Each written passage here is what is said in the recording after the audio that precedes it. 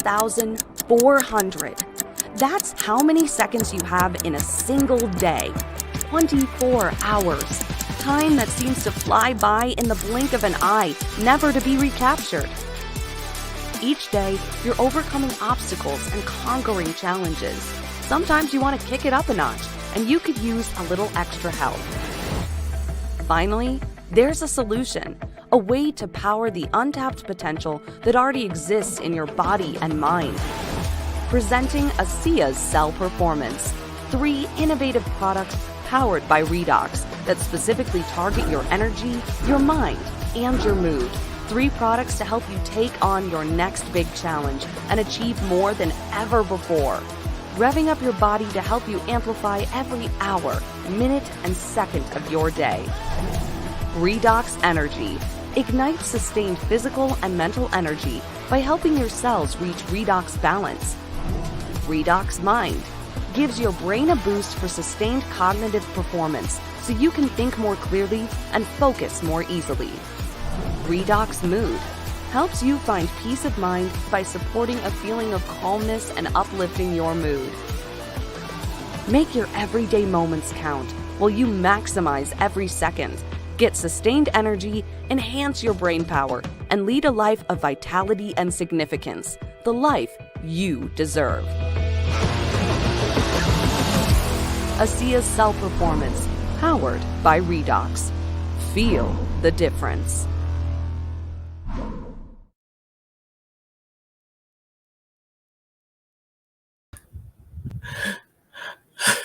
Hello, everyone, and welcome to a new edition of Cosmic Insight.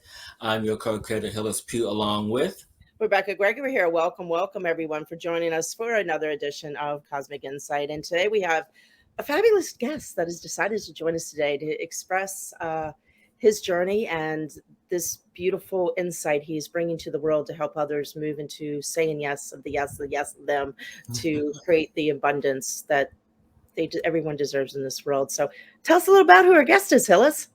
I am just as excited as you are, Rebecka, and this is just the amazing energy that this person brings to the passion of his work, the purpose of what he does. And our guest today is Derek Rydall, part of a new generation of spiritual visionaries and thought leaders.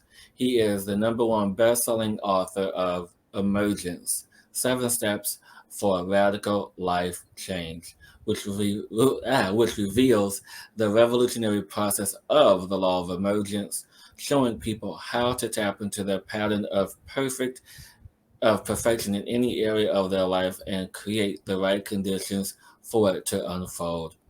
And the Abundance Project, 40 Days to More Wealth, Health, and Love and Happiness, where he lays out this time-tested system for activating the abundance principle, which sets you free from the belief that the outer conditions determine your life and shows you how to generate everything you need. And so, Derek, it's such an honor to have you on the show with us today. So welcome, my friend, and soon to possibly great connection in all things and all joys and all happiness and just creation, because that's what we're doing. We're creating life and breathing new life into all things in this moment. Yes, indeed. Great to be here. It's an honor and a pleasure. Truly. Yes. And so, Derek, talk about how I have all this great energy in the introduction. So I was going to start the interview when you brought me on, like. That would have been awesome. I didn't go for it, darn, I had to commit to it. Yeah, exactly. And so, one of the things that, as you are one of the new generation of thought leaders, and one of the things that I know that are in the front of everybody's mind is, what exactly is this state of emergence that you teach and talk about? Because I want people to truly get an understanding of what it is. Yeah, absolutely. I mean, I guess it's more important to understand it now than ever, as we live in a world that is, so tumultuous, and there are so many things that are crumbling and changing faster than we can keep up. changing faster than our actual evolutionary biology is adapted for. I mean, there's so many things going on. But for me, where it started was, many years ago, like so many people, I was on a journey of self-help or self-improvement. Mm-hmm. And I was doing all the right things and found myself increasingly desperate, increasingly struggling to make things happen and to attract things and all of that. And I ended up getting so frustrated by the process of self-improvement that I became addicted to drugs and alcohol. And then I almost died of an overdose.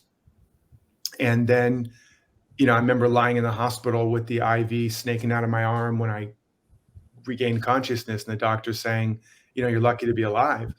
And I thought, how in the world did all of my self-improvement get me there? Yeah. And I kind of regained my, confidence and dug in again and just thought, I just need to work harder or work smarter or attract more powerfully or something. And I ended up, getting some momentum for a while, but then very quickly I was back in the same kind of state of anxiety and stress. And I was actually doing a movie as an actor, and you would think that would be a wonderful celebration. Excuse me. But I remember being so full of anxiety and stress and just wanting to get away from it all. I literally prayed to get away from everything in the world. And I went diving in a coral reef. You may know this if you read Emergence. Mhm. And I got lost and stuck in this coral reef. Mhm. And I was stuck in this area where it was like an underwater booby-trapped tomb out of an Indiana Jones movie. There was giant spiked coral all beneath me, just razor sharp rows of spiked coral, fire coral all along the wall. So I couldn't touch any wall. And if I breathed too deeply, I would have been skewered by this coral.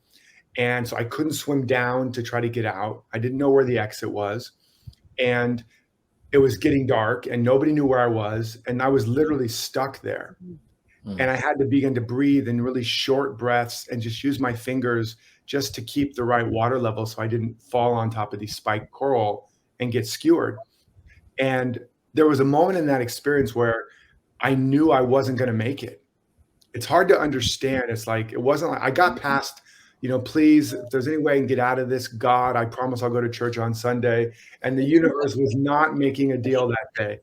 And at a certain point, I realized I'm done. I got nothing left in me. There's nothing more to do. Sand sharks are swimming beneath me. It's getting dark. Nobody knows I'm here. I'm exhausted. I can't go on. And all that was left was real surrender.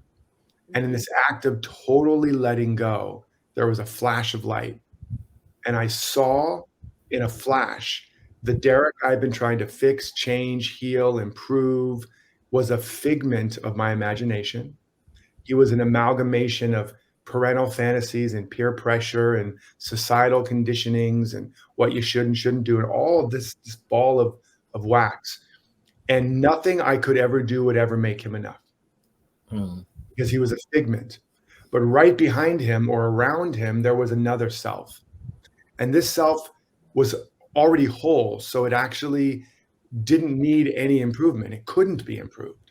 And it wasn't broken. So it certainly didn't need to be fixed. It was an already whole state of being. Now, all this was in a flash, and I didn't make sense of it in the moment.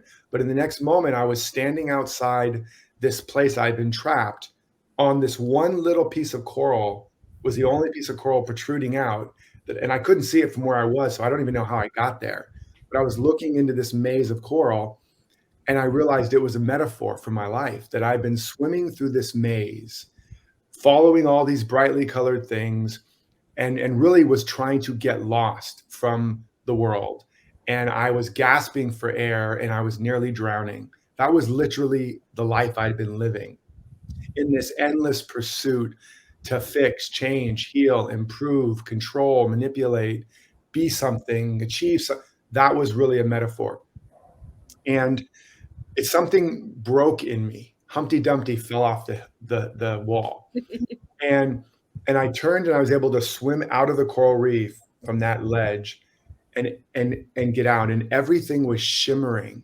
Everything had this luminosity to it. And I didn't realize that the guy that swam in was not the guy that swam out. but I knew something had changed. And I ended up pulling out of the world of entertainment, pulling out of the world at all completely, and started to try to become a monk. That did not go well. I tried to fast and, and be silent. And like a week into this monk experience where I was telling the monk, I want to be a monk now. I've had an experience. And he's like, we'll see. And a week into it, I'm going crazy and I'm starving. And I break into the monk's kitchen to steal food out of his refrigerator and like some little feral creature out of the forest. and then just run back to my little cell and, eating like lettuce and cheese and probably bird food. And I got violently sick and had an out-of-body experience, first I'd ever had, and was just terrorized. And I pretty much ran screaming out of the monastery. But I ended up cloistering myself in my apartment and going on this journey. And what I saw was that just like in an acorn, the oak already exists. Mm-hmm. And just like in an apple seed, the apple tree already exists, and also orchards of apple trees, and also apple pie. It's all there in the seed. There's a blueprint. Now, the actual oak tree isn't in the seed. The pattern of it is, and the oak tree, the being of the oak tree is in the field of the seed. So there's not just there's the physical representation, but like the tip of an iceberg, there's a quantum field that it's being held in. And in that field, the whole life and intelligence of the oak exists. It's invisible, just like right now our favorite music is playing, but we can't hear it because we're not currently tuned into the frequency where the music is playing. But if we took our radio or whatever and tuned into that frequency, that song would become manifest, or that station would become manifest. We'd have a manifestation. And so I'm here all weekend, folks. And so that's the truth about everything. The music, the reality, the beingness, the life of that tree is right there in the field of the seed. And I saw all of this, and I saw that just as nature then conspires to create the condition that is a match for that seed pattern, and therefore causes the emergence of the oak. Likewise, if we will allow it and we will come into alignment with it, life or nature is here to conspire to create the conditions that are congruent with the seed of our own being, right? And so that's the truth. And now the big distinction is we've been conditioned that we came here as empty shells. Mm-hmm. And we got to fill ourselves up. Maybe we have some karma, but other than that, we got to fill ourselves, right? Or we have to go make something happen. It's not already happening, right? And if you look at the rest of nature, or look at a good gardener or farmer, if they ever thought they had to make a seed happen, you would have no harvest, right? Yeah. They know they have to make it welcome. They have to create the welcoming conditions for everything. And as they create the welcoming conditions, that was inherent emerges. And so that was the big, and we can obviously unpack that more, but that was the big revelation for me. And then I went back and I reread many of the great mystical texts, the Bible, Jesus' teachings, which I used to just throw across the room and use as a doorstop. And suddenly I was like, dude, I totally get what you're saying now. And Buddha and, Bhagavad Gita and Lao Tzu and all these different things. And I was like, yep. It's all saying essentially the same thing. I get it. It's all within us. It's not outside of us. The world has nothing to give us but a mirror or a canvas or a stage for our play. Yeah. All within us. And we have to learn how to come into integrity with the seed of being planted in the soil of our soul. And when we do, it emerges, it blossoms. Yes. Thank you. Thank you so much for that, Derek. And I just want to take this time and honor the mirror that you're being for me right now, because last night I was sitting in meditation, prior to me going to sleep. And this word came up, and it's very odd that it came up because this word that I'm about to express usually doesn't come up in my vernacular too often. So I was like, there's a reason why this is coming up. And as I was sitting in this, looking, feeling, and the word broke and came up. And I'm like, oh, yes, broken. I'm like, what do you mean broken? I'm not broken. Nothing needs to be fixed. It's like, no, but there's something that's not in alignment. Something's not coming together. And so as I'm sitting in this, I'm like, just, I don't want to say dozing off, but, going deeper and deeper and deeper. And I'm like, okay, there's something is off. And you being on here today is no accident. We know this. There's no coincidence in the story that you told of your own personal emergence. Yes. And as we are all on this planet, as you so eloquently put earlier, that we are all going through our own personal emergence. So right now, I guess since we're in this space of people having their own emergence, is there just one thing that you would suggest someone to do to guide them to their own emergence? Well, the simplest thing is to get the book Emergence. Yes. Because I definitely outline it all in there, and I'm not just trying to plug it. It's just that it's very, very specific, and it's helped hundreds of thousands of people to do it. But I would say, first of all, I want to respond to what you just said, because one of the stages in the emergence or emergineering process, which is about engineering your emergence, is embrace what appears broken. Yeah. Mhm. So I'm really glad you brought that up. And it's important on a couple levels, because on one hand, the spiritual truth is that we are whole and complete and unique, infinite, individualized expressions of life and love, truth and beauty. Call it God, call it spirit, call it higher power, call it Uncle Joe. It doesn't matter. What matters is that you recognize that the truth about us is absolute perfection. But because its nature is infinite, it's not in time and space. And then it unfolds in time on the canvas of time and space. Mhm. It doesn't unfold what appears to be perfectly. And just like you can take a picture, what I call it is there's perfection, and then there's our perception of the perfection, and it's a relative perception, and then it creates a relative projection, and then we put protection around it. Kind of like taking a picture of the Grand Canyon or anything, and you take a picture, you don't get the whole Grand Canyon. You don't even get even a grain of sand compared to what's there if you zoom in and zoom over here. I mean, there's so much. And it may not even be a perfectly clear picture. And then you end up putting a frame around it and you hang it on the wall and you say, that's the Grand Canyon. It's not the Grand Canyon. It's a very relative, very, very narrow perception of something that's real.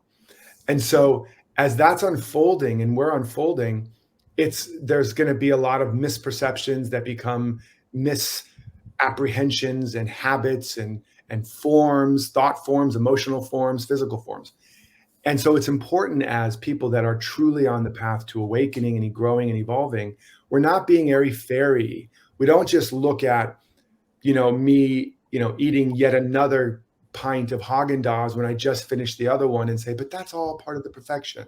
Or we don't just, look at the fact that I say I want to write this book, but I keep not writing it and go, oh, that's all part of the perfection.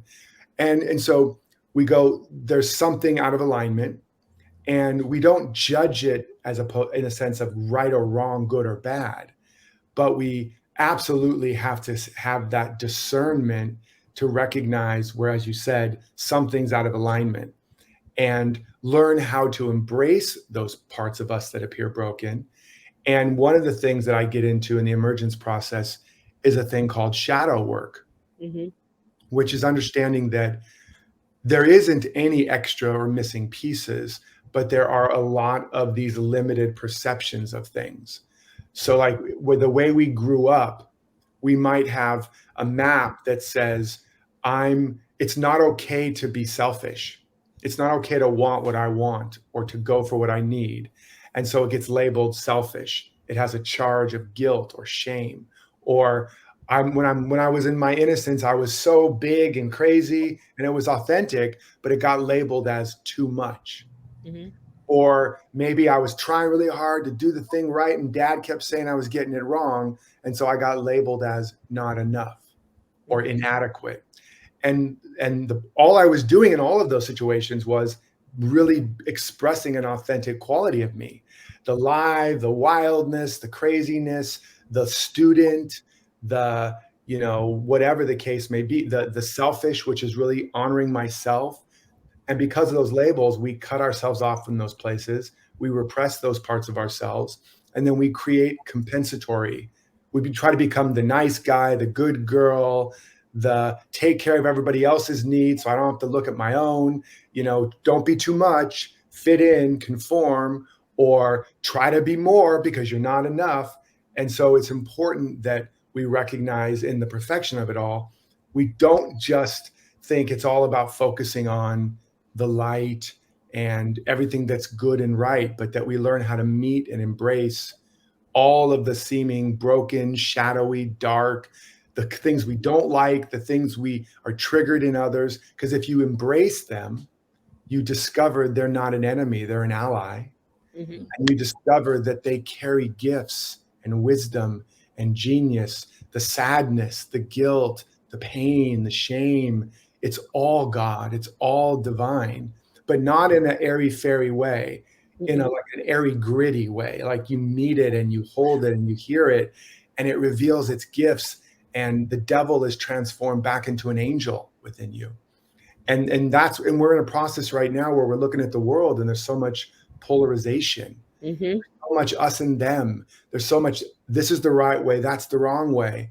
And then we're just adding fuel to that. A lot of really progressive, spiritual minded people are doubling down on the polarizations, and you got to be more spiritual, or you got to not. And so our opportunity is to recognize we're not really in the world. The whole world is in us. And we have to meet all those places within us that feel broken, that feel angry, sad, enraged, sick, ugly, stupid, unworthy. And also wherever we see it in the world and say, that's bad, that's wrong. If we can love those enemies fully and completely within us, we will not only unlock capacities beyond our wildest dreams of abundance, of creativity, of wisdom, but life will then put you in ever greater positions because you are the light of the world now. And you will meet all of those things. You'll be like a cosmic bug zapper. As those things hit you, they'll be like, bzz, bzz, bzz, because you're just seeing more and more through the eyes of love and through the eyes of wisdom.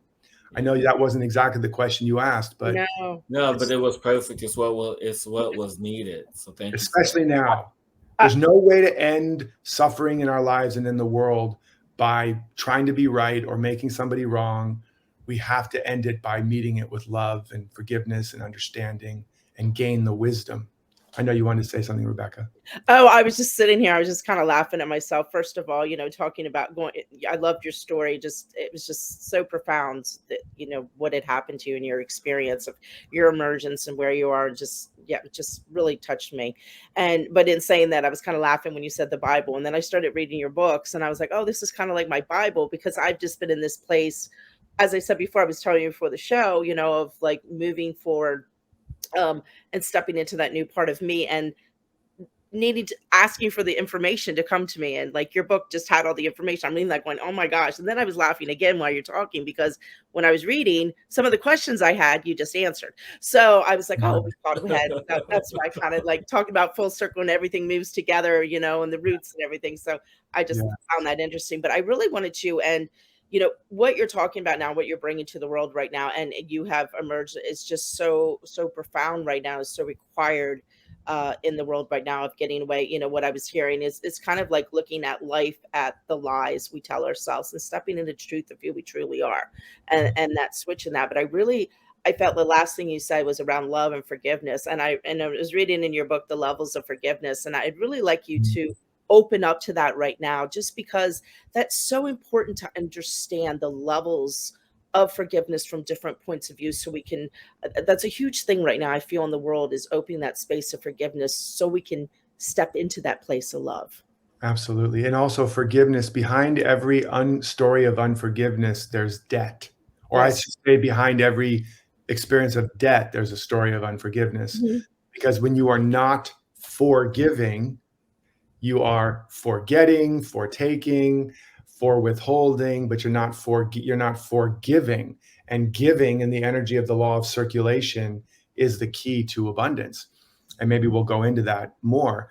But forgiveness is first and foremost for you, right? As you know, the old saying, not forgiving somebody is like, or holding a grudge is like drinking poison and thinking it's going to hurt them. And so, because whenever you're not forgiving somebody, or including yourself, what you're really doing is you're withholding something, right? You don't want the best for them, you want the worst for them. They owe you something.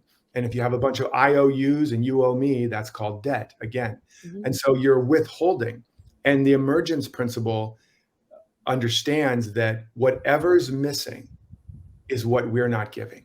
Mm. And I don't just mean giving to the world, right? There's 7 gifts in the Abundance Project, Mhm. right? Mhm. And there's giving out, giving away, giving up, giving in, giving thanks, giving to yourself, forgiving. So there's a lot of ways that we open the channels of our circulation. But circulation is the master key. Wherever there's circulation, that means there's a circuit. Mhm. That means there's a polarity that is connected. So positive and negative are not separate. They're one. That creates a circuit. Masculine and feminine as one, that makes a circuit. Mhm. Selfish and selfless, that creates a circuit. If they're integrated, you breathe in. You breathe in. That's how you breathe in. You go that way. You breathe in, you breathe out, you receive. That's a circuit. If you break that circuit and you're only going to breathe in, nope, you're not getting any more of my carbon dioxide, then you die, right? And so, and the heart pumps and it's circulating. So everything circulates if there's a circuit, and if it's circulating, there's more life, there's more abundance of whatever the quality is.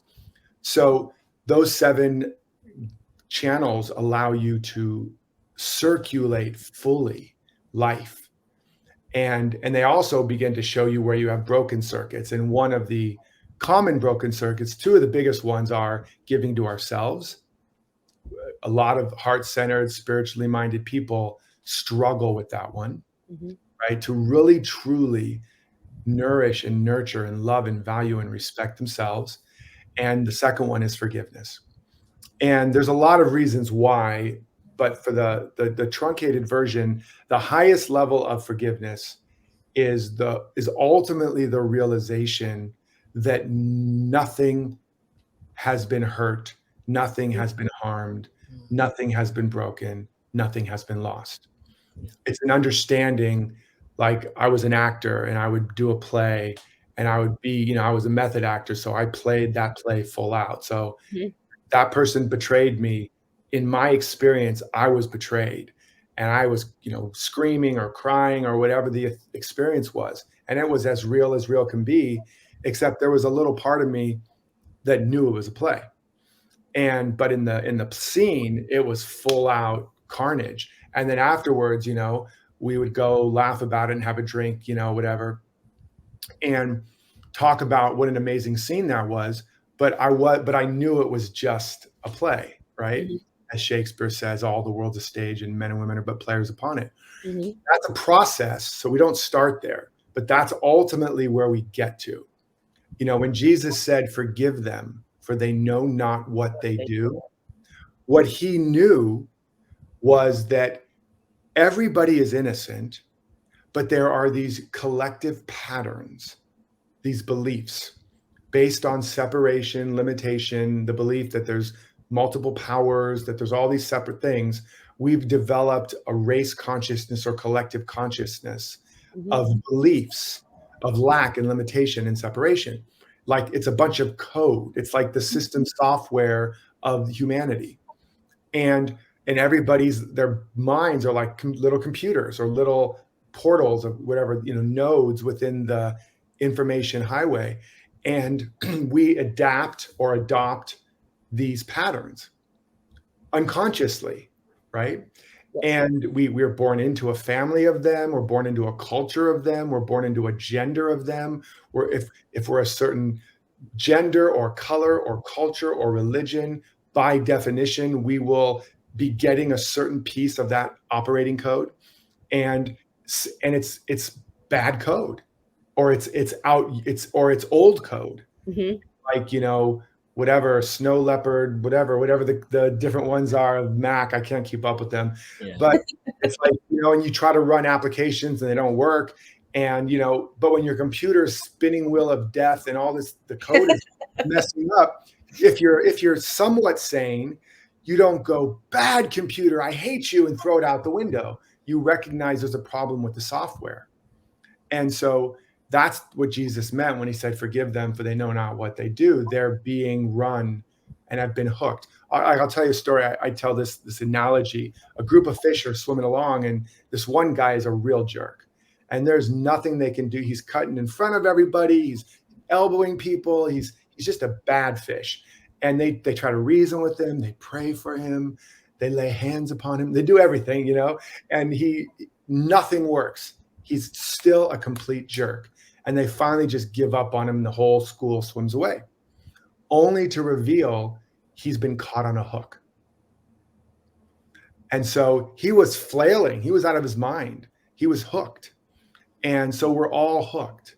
Mhm. And if you can understand that, if you can just get the reality, if you can just feel the truth of that, you're already halfway there. But then it's like a commitment, like more than I want to fix or change, heal, or manipulate, or condemn, or blame anybody, including myself. I want to know the truth that makes me free, and I want to know the truth about them. I want to see with the eyes of love. I want to see through the eyes of truth. That commitment doesn't mean you'll see it right away, but that interest, that intention, as you're thinking about that person, and as you're meeting the parts of you that are upset, that are angry, that feel rejected, abandoned, lied, cheated, whatever the issue is, all of that's legitimate. You get to feel all of that. But then so don't deny it. Don't be Pollyanna and just be like, love, love, love. Like, you have to be with the feelings, but your desire is to know the truth that makes you free. I want to be free. I want to be in love, and I want to be love. And I want my life and my light and my love to shine unconditionally. Why? Because whatever's missing is what I'm not giving. And so if I want more love and life and light and truth in my life, I have to let more love and light and life and truth shine from me, right? Imagine if the sun shut down a beam every time somebody cursed the sun. The sun would go on. And so the sun doesn't go, well, you don't like me? Fine, watch this. Bloop. Oh, you're going to close your shades on me? Watch this. Bloop. And pretty soon the sun goes dark. That hurts the sun, not to mention everybody else.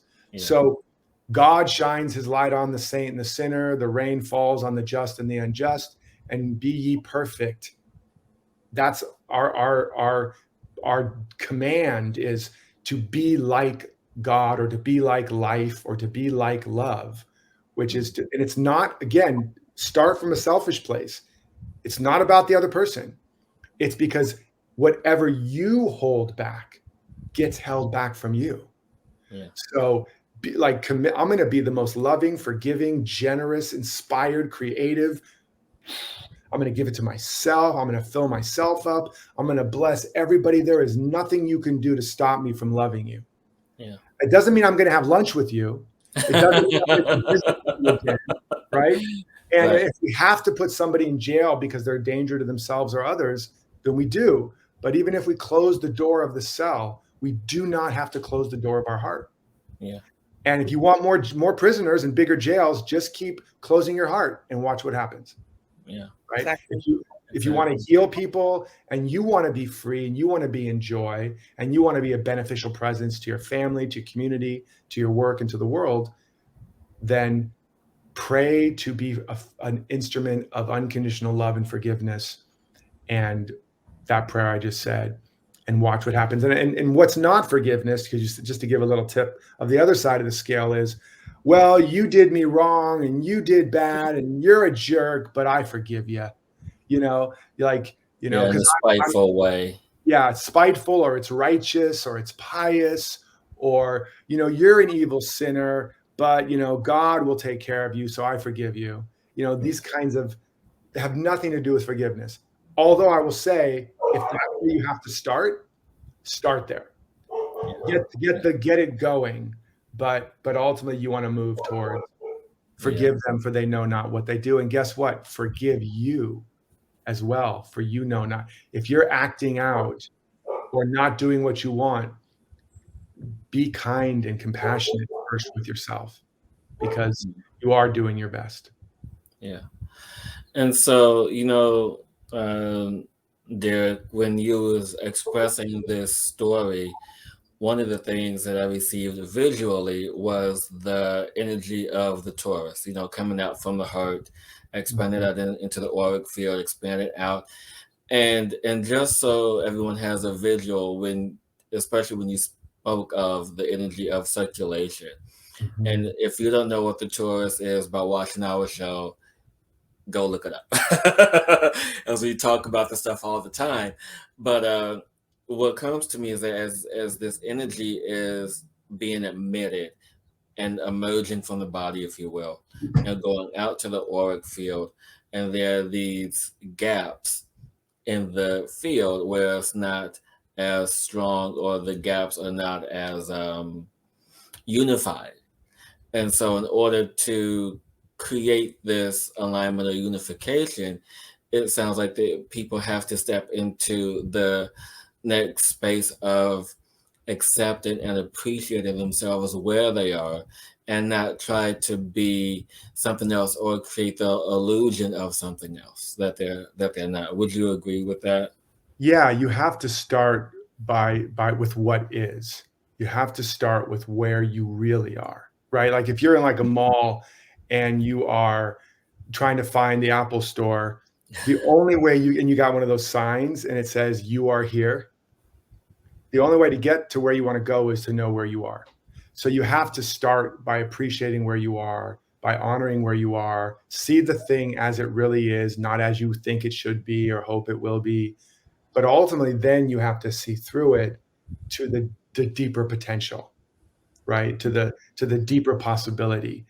But if you try to skip over where you are, and we do it for a variety of reasons, it's like because sometimes it's just too painful to feel where we really are, and that's part of that's an evolutionary problem, because our emotional, is it the limbic system or whatever, it evolved relatively recently, and our brain doesn't actually know the difference between emotional pain and physical pain, and so it's very averse to that emotional pain. It feels like it's danger, right?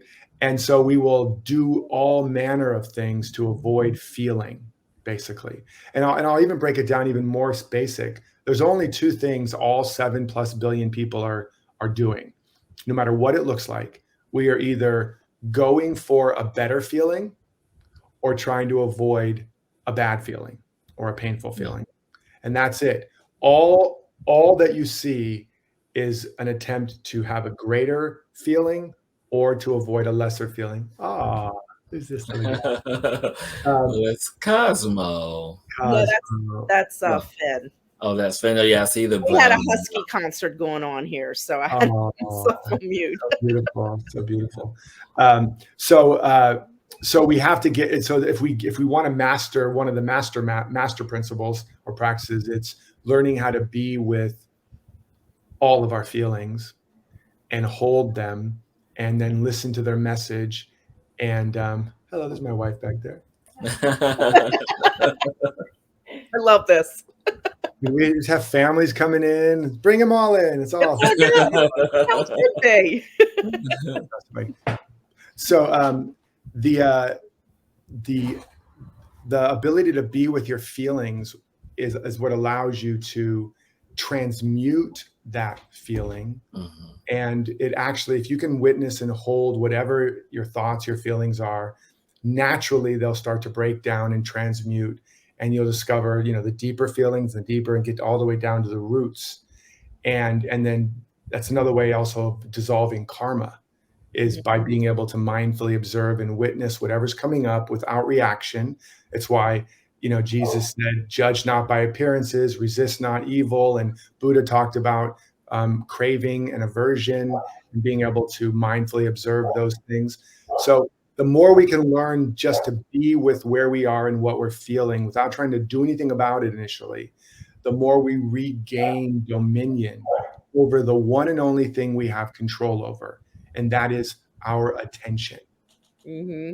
That's the only thing we have control over, is where we place our attention. Everything else happens as a byproduct of attention. Where attention goes, energy flows.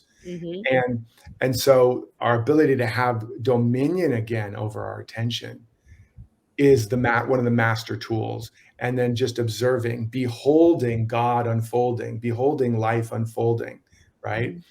And then we notice that underneath the painful feelings, as they transmute, begins to bubble up little moments of bliss, little insights, flashes of awareness, of truth. It's always broadcasting the truth, the love, the light. It's right where we are, just like we talked about with the music. It's broadcasting 24/7, the, KGOD, KRICH, it's broadcasting. And there's a lot of static on the line, right? Because we're tuned into a lot of other stations. KLACK, Killjoy instead of Kjoy, KLAC instead of Krich. And so we learn to tune in by what we're focused on, by what we're interested in. And then we learn to hold our space in this expanded place by reclaiming dominion over our attention. And then this sort of alchemy starts to happen within us naturally through intention and attention, and through the ability to hold dominion. Those are like three master skills. And it doesn't mean that we're going to do it perfectly. And it doesn't mean that we just let stuff happen and go crazy. We still have to exercise our stewardship. We still have to do things that sometimes you just got to do what you got to do and do the best you can. And then as soon as you can, become still again. And it's a process of loving and accepting what is, but asking the question, what's the truth? Who am I really? What am I really made of? What am I really made for?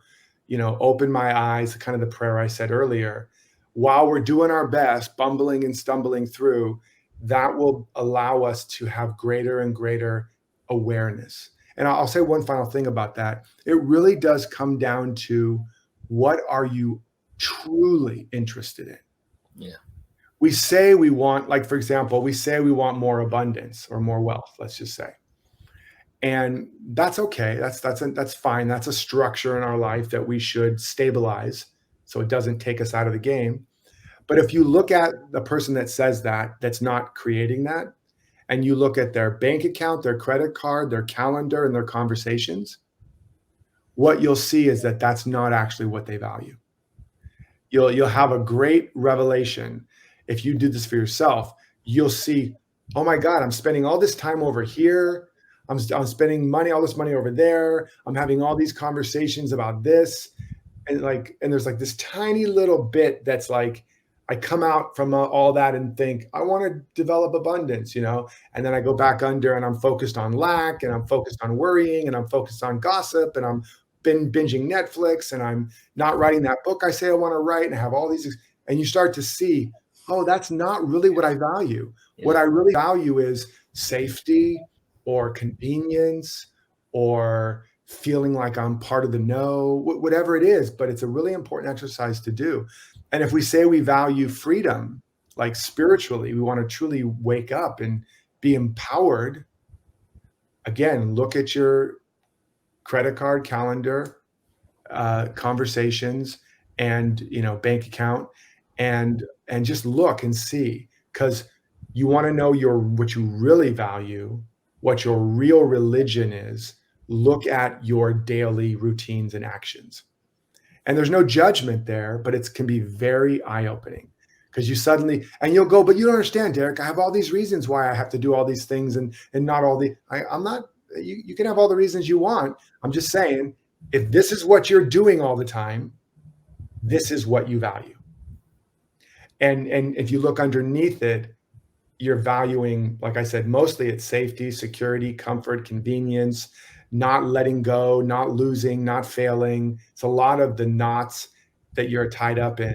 And it takes courage to get a new target and then to begin to organize your life around that. It's gonna take something to build those new habits, which I do talk about in Emergence as well. I know that was a lot more again than you asked. That's awesome. What is your favorite? I know you have these beautiful exercises. What is your favorite exercise that you like to do? That your kind of go-to exercise that you? I know that you had a whole. There's so many of them you had in your books, but I was just wondering if you had one that was your favorite go-to. I mean, they've evolved for me. Mhm. You know, my favorite exercise used to be just a journaling and understanding. Like, I had such a drive to really truly know what I'm made for, what I'm made of and made for. Like, what's my real purpose? What's my real reason? And I would spend hours a day in the bookstore just reading and journaling and, you know, trying to find like looking for that target that suddenly went like dee dee dee dee dee dee dee. Like it really, that was one of my favorite activities to do. And you know, and then it brought me into alignment with my thing. So I don't do it as much, although I'm in a whole new level of it right now. But I'd say another of my favorites is it's an activity actually, or it's a tool I have in my free trainings called the VVR, the Visualization, Vibration, Radiation Meditation. And what it is you start with visualization of whatever it is you think you want to create in your life. And that's just the starting point. You know, a lot of people use visualization and try to use it as a tool to make that thing happen. And I don't use it as that. I use it as a way to start to activate the frequency, the feeling tone, the vibration, because our idea of what we want and what we're going for may or may not be accurate, right? It's based on peer pressure and parental fantasies and unconscious agendas and all of that. So, but it's what we know. So we got to start there. But the frequency that it generates for us, when let's say I want to have millions of dollars and a mansion on a hill, and okay, great.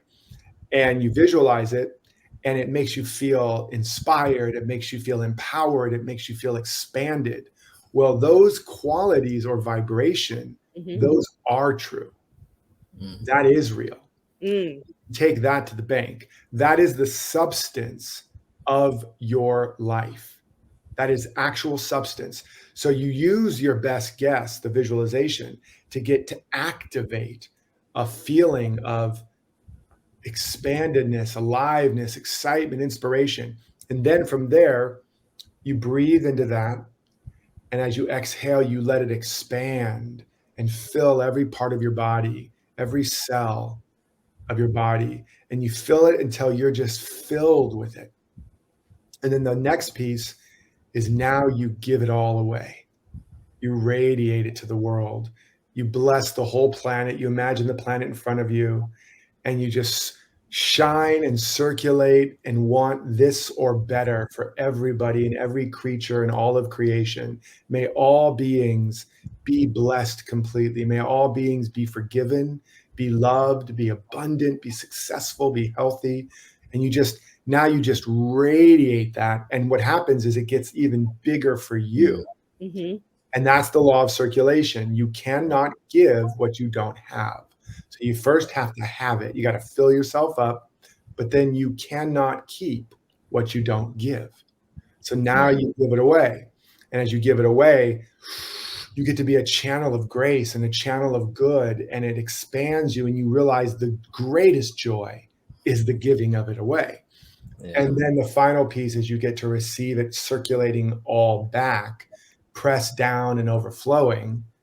And then you can put your hands and just give it all to yourself again. And then that's a complete session for that practice. And that's a very, very powerful practice to get into the flow and get into alignment and create the energetic congruence we talked about before that is a match for the seed of your own soul. And it also gets you into the habit of realizing viscerally that being a giver, being a servant, being a generator, there is no higher job and no greater experience, but not at the expense of filling yourself up. Because again, you can't give what you don't have. If you give from what you don't have, you know, it's like what I say, give from your fruits, not from your roots. Right? We tend to give from our roots, right? So here, have a root, here, have a root, here, have a root. And we wonder why we're not thriving. Yeah. But when you give from your fruits, from the overflow, you actually produce another harvest and another harvest and another harvest. And so that's a very, very powerful practice, and people can grab that, or maybe you can include it in the show notes or whatever. Yeah. But, I love that. To me, it steps into what I like to call the language, learning the language of vibration and how it works.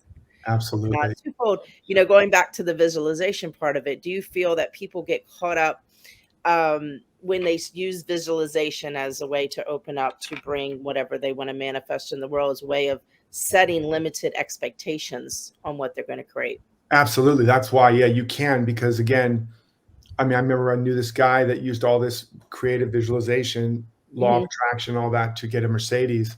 And then he spent the next 3 months trying to pray himself out of the mess he attracted himself into, because, you know, that Mercedes was expensive to keep up and it was in the shop all the time. And, you know, you can never imagine and pray enough of the parameters to know what you're getting into. And so, you know, there's always that thing. I think even Shakti Gawain might have started this way back, creative visualization. This, or maybe it was Louise Hay, this or something better for the highest good of all. Yeah. But you can always add that. If you're going to use visualization, just know, be humble enough to know you really don't know. And as you grow in your, really truly grow spiritually, like really get on a path where you're not any longer trying to use God to get more stuff in the world, but you're using everything in the world to awaken more to God or to truth. It's a big flip. Where you're really not using any of this stuff to get anything anymore. You're using it for the self-emergence, for the full blossoming of the soul, for the liberation from all of the limited and false beliefs of our human consciousness. As you're doing that, what unfolds in your life is often, initially and during periods, exactly the opposite of what you want. I mean, crisis, tragedy, breakdowns, you know, crucifixions and before the resurrection kind of thing. And it's not, your ego is like, I don't want that. But a bad day for the ego is often a really good day for the soul. And so if you're doing the work, right, in the valleys of your life, there is a mountaintop. If you are willing to want to know the truth and be liberated and be a light and be in love more than you want to hold on to all the things you think you need, right? So but to start off, just have the visualization and say, you know, this or something better for the highest good of all, just so you don't lock yourself in, and just know that even though you think you want the millions of dollars or the fancy cars or Instagram fame, whatever it might be, and maybe you'll have that, just remain humble enough to know, I of myself and with my limited knowledge and experience can never truly know exactly what's the best outcome. But the feeling tone, that's what I mean, like the joy, the power, the confidence, the self-assurance, the inspiration, the expansion, that is real. And that you can just hold on to and just expand and spread your wings in and splash around in and radiate and fall in love with the invisible qualities of life. And they will clothe themselves in the appropriate form, right? If you stay in gratitude long enough, it will manifest more and more things for you to be grateful for. Mm-hmm. right? Indeed. Beautiful. That's the key. Yeah. Yeah. Otherwise, you're praying for limitation. Otherwise. Yeah. Exactly. Derek, thank you so much for this presentation, this lesson, the abundance of wisdom that you shared with us today. And I know that you have an event coming up soon. So do you want to share about that with everyone who's watching? An event? I do have an event. I don't know if this will be airing before an event I'm doing, but I have also the Legendary Purpose thing. Yes, the Legendary Purpose. That's a free thing. Yeah, and it's a training. One of the things we didn't quite get into, but for those of you especially who really want to discover what you're made for, what you're made of, why you're here, and you want to know that you're living your purpose or your destiny or your true life's work, whatever that is, even if you're a parent or you're a teacher, it's not about being on the cover of a magazine. It's just being true. If you're an acorn and you're trying to be an apple tree, you're going to have problems, right? If you're meant to be a bird, a butterfly, but you're just so busy building the best caterpillar life possible, you're going to have problems. And most of us have been conditioned and hypnotized by parental fantasies and peer pressure and societal conditioning to try to be something we're not really, or to try to, we'll try to eke out a little bit of what's true and authentic, but then we'll mostly do what makes us feel safe, secure, loved, not rejected, not risk fail, etc. And the problem with that is, just like nature, if an acorn is determined to be an apple tree, it will get no help from nature. Yeah. And it will eventually become squirrel food. And so if you want to be on your own and suffer and struggle as the prodigal son and daughter, then keep doing what you're doing. But if you want to actually have the support of life, and you want to thrive, and you want to bring forth the fruit and the purpose and the potential of your nature, this training will get you on that path. And it's basically understanding that everything you've been through, that the workshop you've been living is the workshop you're meant to be giving. Whether it's literally a workshop, or it's a business or a book, or just the way you raise your family, the lessons, the core theme, what I call the life code, it's encoded in your life story. And when you understand that, it also allows you to turn the pain and the problems and the challenges you've been through into potential and new power and wisdom and creative genius. So you really can turn your life story into a legendary purpose. And this is not theoretical. I've been doing this with thousands and thousands of people, and I'm giving away this free training to get you started on that path, how to turn your life story into a legendary purpose, so that you can really bring forth what you came here for. You can heal your life story so that you no longer feel a victim of it, but you begin to see how all of life has been conspiring for your highest good. And it really does transform you from the inside out.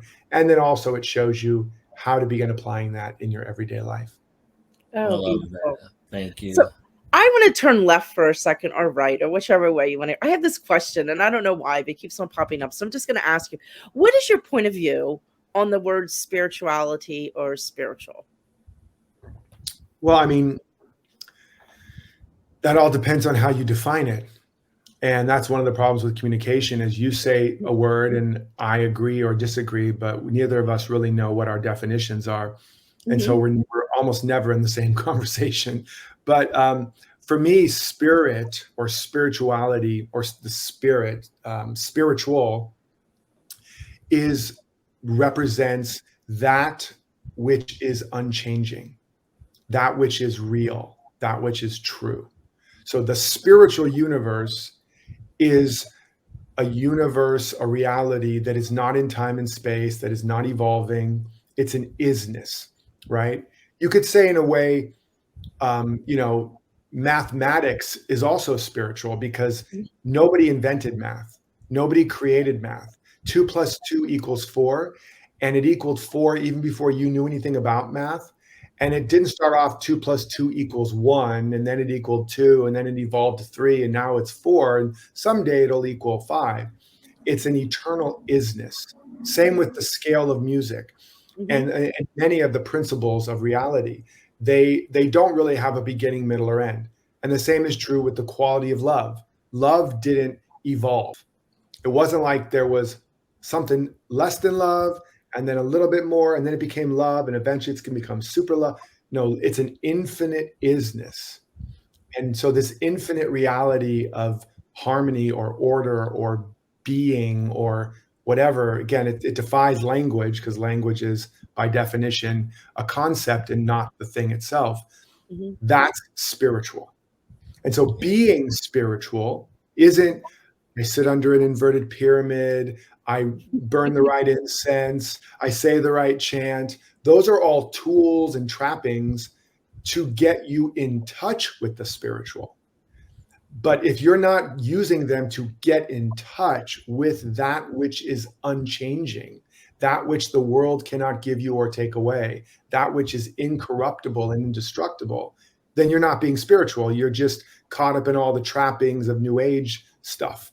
And if you love that, there's nothing wrong with it. My wife loves crystals. It's great. She loves all the cosmic, intergalactic stuff, and it's beautiful and it's fun, but it has nothing to do with spirituality unless and until it's allowing you to touch a realm that is incorruptible and unconditional and changeless, and you know it when you touch it, because it changes you, and you tend to have more love and more compassion and more patience and over time as you keep touching that realm. Jesus called it the kingdom of heaven. Buddha called it nirvana. Lao Tzu called it the Tao. Doesn't, again, matter what we call it, but they're all trying to give language to this realm of perfection that is our true nature. But it's forever unfolding.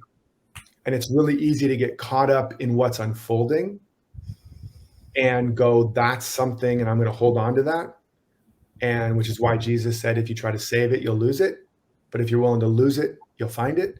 It's like, you gotta keep letting it go and keep being interested in the thing that doesn't change. Mm-hmm. So that's what spiritual and spiritual living is really about. It's not about you can have all the trappings and have no actual spirituality going on. Thank you for that. It was checking at me. Okay.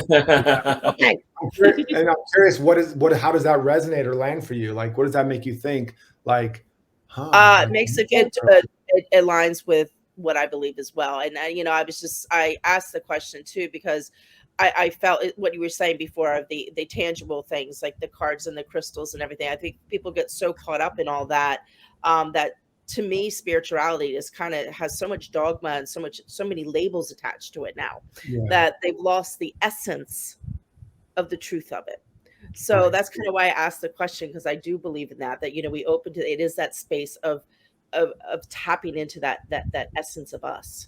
And so yes, totally resonates with what you said. And I asked that for that reason, that we get to open up for people to not get latched in to all these little tangible things out there, to really focus in the truth of why we're stepping into this world to emerge ourselves to a different level of us.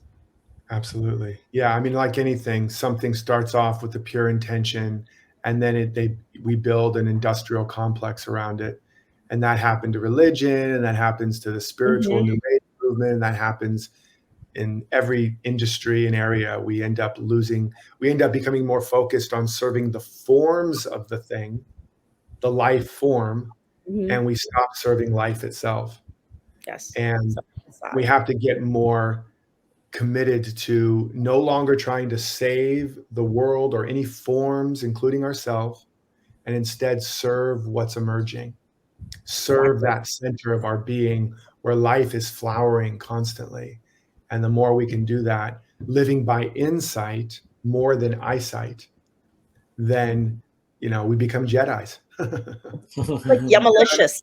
Yumaliciousness. Yumalicious. That's my wife's word. It's yum. Eternal yum. Awesome. I love it.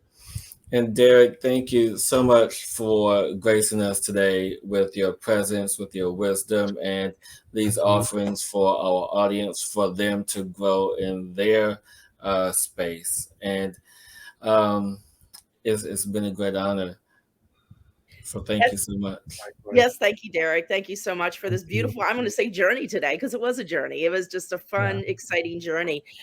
Just so much. And make sure everyone out there, listening to this podcast and opening up to this, get his books, The Emergence, The 7 Steps of Radical Life Change, and The Abundance Project, and step into these teachings, because they are the truth of what's happening in the world right now, that we need to open up to that vibration and live from that space of feeling inside of us to create what we want to create. So thank you for following your path. Yeah, absolutely. I will say one last little piece, just because I really love how you said that, is, again, the greatest insurance policy for living in a world that is changing so much and so rapidly and so crazily at times is getting more and more anchored in this part of you that never changes.